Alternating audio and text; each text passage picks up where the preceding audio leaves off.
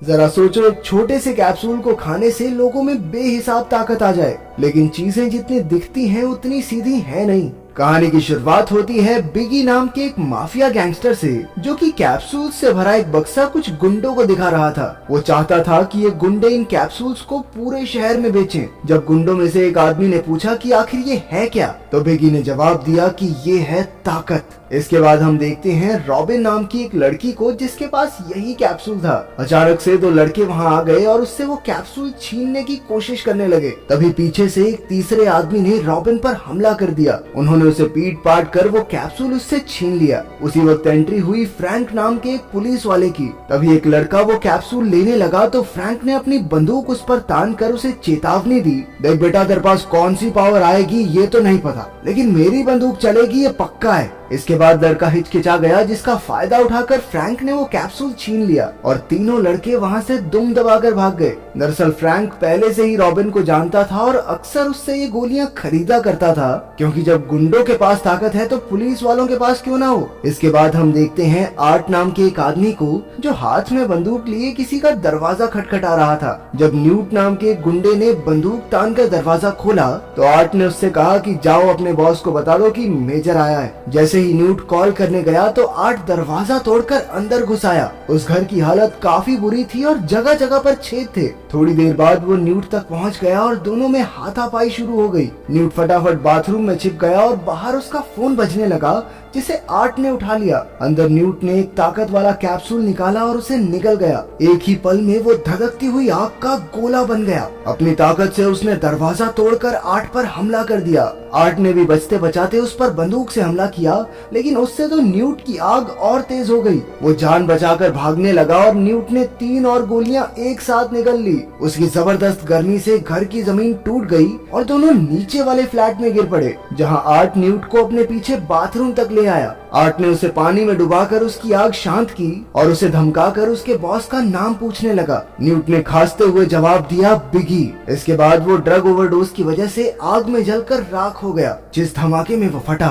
उसी धमाके से आर्ट को अपने बीते हुए कल की एक झलक दिखाई दी, जहां एक कार एक्सीडेंट के बाद कुछ लोग उसकी बेटी ट्रेसी को उससे छीनकर ले गए थे। अगली सुबह जब रॉबिन की आंख खुली तो उसने टीवी पर न्यूट के घर में धमाके की खबर सुनी। असल में न्यूट उसका कजन था। रॉबिन की माँ ने उससे न्यूट का हाल चाल पूछने को कहा। फिर स्कूल में जब रॉबिन ने न्यूट को मैसेज भेजा तो उसकी टीचर ने उसे फोन के साथ पकड़ लिया और पूरी क्लास के सामने उसकी बहुत बेइज्जती की। टीचर ने कहा कि वो जिंदगी में कुछ नहीं कर पाएगी। उधर आर्ट के पास न्यूट का फोन था, इसलिए वो रॉबिन से न्यूट बनकर बात करने लगा। उसने रॉबिन को मिलने के लिए भी बुला लिया। दूसरी ओर फ्रैंक एक बैंक में चोरी की जांच कर रहा था, लेकिन पता चला कि वो चोर किसी को भी दिखाई नहीं देता। आखिरकार फ्रैंक ने गोली अपने मुंह में डाली और 5 मिनट का टाइमर लगाकर अंदर घुस गया। चोर वहीं मौजूद था और उसने भी गोली ले रखी थी। गोली की शक्ति से वो जिस भी चीज के पास खड़ा होता उसका रंग बिल्कुल वैसा ही हो जाता, ताकि कोई भी उसे देख न सके। उसने फ्रैंक पर हमला किया और बैंक से भाग निकला। फ्रैंक भी उसका पीछा कर रहा था और वो चोर एक बस में चढ़ गया, लेकिन पैसों के बैग को खोलते ही अचानक उस पर गुलाबी रंग उड़ गया और अब उसके शरीर का आकार गुलाबी रंग में दिखाई दे रहा था। अब फ्रैंक के लिए उसे पकड़ना आसान था, लेकिन अचानक चोर ने उसके सर पर गोली मार दी। लेकिन जो गोली फ्रैंक ने खाई थी उसने उसे बुलेट प्रूफ बना दिया था। उस पर गोली का कोई असर नहीं हुआ और उसने उठकर चुटकियों में चोर की घंटी बजा दी। पुलिस स्टेशन में जब उसके सीनियर ऑफिसर ने पूछा, हाँ भैया, गोली तेरे सर पे लग के चपटी कैसे होगी? क्या ही मैन है क्या तू? सरकार, मैंने वो कैप्सूल खाया था सरकार। कैप्सूल खाया था तो पुलिस में नहीं रह सकता। कैप्सूल खाने के लिए तुझे सस्पेंड किया जाता है। निकल जा मेरी आंखों के सामने से। फ्रैंक ने अपने सीनियर ऑफिसर को समझाया कि वो शहर की रक्षा के लिए ही ये सब करता है। आखिरकार उसके बॉस ने उसे आर्ट की फोटो दिखाकर कहा कि अगर वो इस कैप्सूल के पीछे के माफिया को पकड़ लेगा तो उसे उसकी नौकरी वापस मिल सकती है। उधर रॉबिन न्यूट से मिलने पहुंची, लेकिन आर्ट समझ गया कि रॉबिन भी न्यूट की साथी है। जब रॉबिन को उसका कजन वहां नहीं दिखा तो वो घर लौटने लगी, लेकिन रास्ते में ही आर्ट ने उस पर हमला करके उसे बंदी बना लिया। आर्ट ने रॉबिन को तस्वीर दिखाकर पूछा कि क्या यही बिगी है, लेकिन रॉबिन तो सच में कुछ नहीं जानती थी। बिगी तो अपने अड्डे पर अपनी बॉस गार्डनर के साथ एक नई और बड़ी डील की तैयारी कर रहा था। वहीं आर्ट ने रॉबिन से बिगी के एक आदमी को कॉल करवाया। आदमी ने उसे एक दुकान पर जाकर एलिगेटर वाइन मांगने को कहा। रॉबिन ने वैसा ही किया और उसके बाद उसे एक खुफिया कमरे में ले जाया गया, जहां रॉबिन ने गैंग के आदमी को बताया कि आर्ट ने न्यूट का खून कर दिया है। उस आदमी ने एक कैप्सूल खाया और अपने साथियों के साथ आर्ट पर हमला करने चला गया। उनके बीच जबरदस्त लड़ाई शुरू हो गई। उधर रॉबिन जिस कमरे में बंद थी वो एक ट्रक से जुड़ा हुआ था। उसी वक्त ट्रक चल पड़ा और बाहर गोलियों की आवाज के बाद आर्ट दरवाजा तोड़कर रॉबिन तक पहुंच गया। उन्होंने ट्रक में एक खुफिया कमरे का दरवाजा तोड़ा, जहां उन्हें माफिया गैंग का सिक्योरिटी सिस्टम मिल गया। वहां उन्हें बिगी की नई डील की खबर मिली। आर्ट ने उसे बताया कि इस कैप्सूल के पीछे सरकार भी मिली हुई है और ये लोग इस कैप्सूल को पूरे देश में फैलाना चाहते हैं। फिर आर्ट ने उसे कुछ पैसों का लालच दिया और रॉबिन उसका इलाज करवाने डॉक्टर के पास ले गई। इस तरह उन दोनों में दोस्ती हो गई। उधर फ्रैंक रॉबिन से मिलने उसके घर गया, लेकिन पुलिस पहले ही वहां छानबीन कर चुकी थी। रॉबिन की मां को धमकी दे रही थी।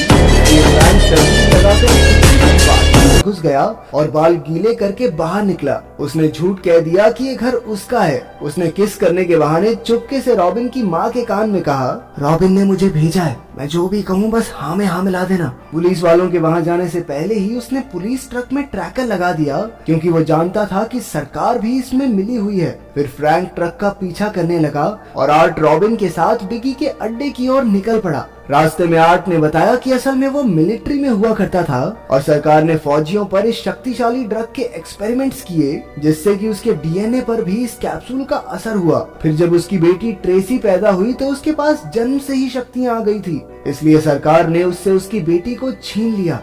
आर्ट का मकसद सिर्फ अपनी बेटी को छुड़ाना है। फिर दोनों बिगी के अड्डे पर पहुंचे और आर्ट उसके आदमियों को चकमा देकर अंदर मीटिंग तक पहुंच गया। बिगी ने कैप्सूल की सच्चाई बताते हुए कहा कि अगर कोई भी इंसान इसे लेगा तो उसके अंदर कई जानवरों के डीएनए से निकाली हुई तरह तरह की शक्तियां आ जाएंगी। इसके बाद एक औरत को कैप्सूल देकर एक कांच के डिब्बे में बंद कर दिया गया। ड्रग की वजह से उसमें बर्फीली शक्तियां आ गई। फिर धीरे धीरे डिब्बे के तापमान को 500 डिग्री तक बढ़ा दिया गया, लेकिन औरत को कुछ महसूस ही नहीं हुआ। वहीं फ्रैंक रॉबिन को बिगी के अड्डे के बाहर देखकर हैरान हो गया। उसे अब भी लग रहा था कि आर्ट ही बिगी है, लेकिन रॉबिन सच्चाई जानती थी। अंदर आर्ट ने अचानक बिगी के सर पर बंदूक तान दी और एक लड़की मरे हुए गार्ड को देखकर चिल्लाने लगी, जिससे चारों ओर अफरा तफरी मच गई। सबने अपनी बंदूकें निकाल ली, लेकिन बिगी अब भी आर्ट के कब्जे में था। बिगी के एक आदमी ने ताकत की गोली निगल ली, लेकिन उसी वक्त उसकी मौत हो गई। बाहर सारे गुंडे बदमाश आपस में लड़कर मारे गए और अब सिर्फ आर्ट और बिगी ही जिंदा बचे थे। उसी वक्त फ्रैंक ने एंट्री लेकर आर्ट पर हमला कर दिया। इस मौके का फायदा उठाकर बिगी ने भी एक कैप्सूल निगल लिया और देखते ही देखते वो एक वहशी दरिंदे में बदल गया। ये देखकर आर्ट और फ्रैंक ने हाथ मिला लिया और आर्ट ने चारों तरफ मौजूद गैस टैंक्स खोल दिए। वहीं फ्रैंक ने थोड़े कैप्सूल्स चुरा लिए और दोनों बाहर आ गए। फिर फ्रैंक ने बंदूक से फायर किया, जिससे पूरे अड्डे में जबरदस्त धमाका हो गया और बिगी के तो चीथड़े उड़ गए। इसके बाद फ्रैंक और आर्ट ने रॉबिन को घर भेज दिया। फ्रैंक को अब भी आर्ट पर शक था, इसलिए वो उसे पुलिस स्टेशन ले जाने लगा, लेकिन आर्ट ने उसे बताया कि सबके सब मिले हुए हैं और अगर वो उसे पुलिस स्टेशन ले गया तो वो दोनों को पकड़ लेंगे, क्योंकि सरकार नहीं चाहती कि किसी भी तरीके से ये कैप्सूल सड़कों से खत्म हो जाए। सरकार इस कैप्सूल को आम इंसानों पर टेस्ट करके दुनिया पर कब्जा करना चाहती है। जब फ्रैंक को असलियत समझ आई तो उसने आर्ट से हाथ मिला लिया। कुछ देर बाद पुलिस ने उनकी गाड़ी को घेर लिया, लेकिन फ्रैंक तो जा चुका था। पुलिस आर्ट को कैद करके एक शिप में ले आई और फ्रैंक उसे बचाने आ पहुंचा। आर्ट को गार्डनर के सामने ले जाया गया, जो असल में इस सारे कांड की मास्टरमाइंड थी। वहीं रॉबिन को देखकर फ्रैंक गुस्सा हो गया, लेकिन वो तो बस उसकी मदद करने आई थी। जल्द ही वो दोनों कंट्रोल रूम में पहुंचे। फ्रैंक रॉबिन को ध्यान रखने की जिम्मेदारी सौंपकर आर्ट को बचाने निकला। तब उसका सामना हुआ एक गुंडे से, जिसका शरीर इतना लचीला था जैसे रबड़ का बना हो। रॉबिन ने कंट्रोल रूम से ही फ्रैंक की मदद की। उसी वक्त कंट्रोल रूम में एक आदमी घुस आया, लेकिन तब तक रॉबिन सिस्टम बंद करके ट्रेसी को बचाने निकल गई थी। उधर आर्ट ने माफिया गैंग को बताया कि उसके शरीर में एक ऐसे जानवर की शक्ति है जिसके चुटकी बजाने पर बिजली निकलती है और उस बिजली का तापमान सूरज के तापमान के बराबर है। उसने चेतावनी दी कि अब भी उसके मुंह में एक कैप्सूल है। इससे डरकर माफिया गैंग ने उसे रिहा कर दिया। सॉरी भैया, गलती हो गई, आप आराम से रहो, क्या लड़ाई झगड़े में क्या रखा है। फिर फ्रैंक की मदद से आर्ट ने एक गुंडे का खात्मा किया और तब तक रॉबिन भी ट्रेसी को छुड़ाकर उसके पास ले आई। आखिरकार आर्ट अपनी बेटी से मिला और सब बोट की ओर चल पड़े। लेकिन जैसे ही हमें लगा कि सब सही हो गया, पीछे से एक हमलावर ने रॉबिन को पकड़ लिया और आर्ट को उनके सामने आना पड़ा। आखिरकार उसने गोली निगल ली और फिर शुरू हुआ उसकी शक्तियों का तांडव। उसके आसपास की हर चीज में धमाका हो गया। अंत में वो खुद भी जमीन पर गिर पड़ा। पता चलता है कि उसकी बेटी ट्रेसी के पास किसी भी जख्म को ठीक करने की ताकत है। उसने अपने पिता को ठीक किया और सब जान बचाकर वहाँ से निकल गए। बाद में फ्रैंक ने ये सारी कहानी दुनिया को बताई ताकि सरकार का पर्दा फाश हो सके।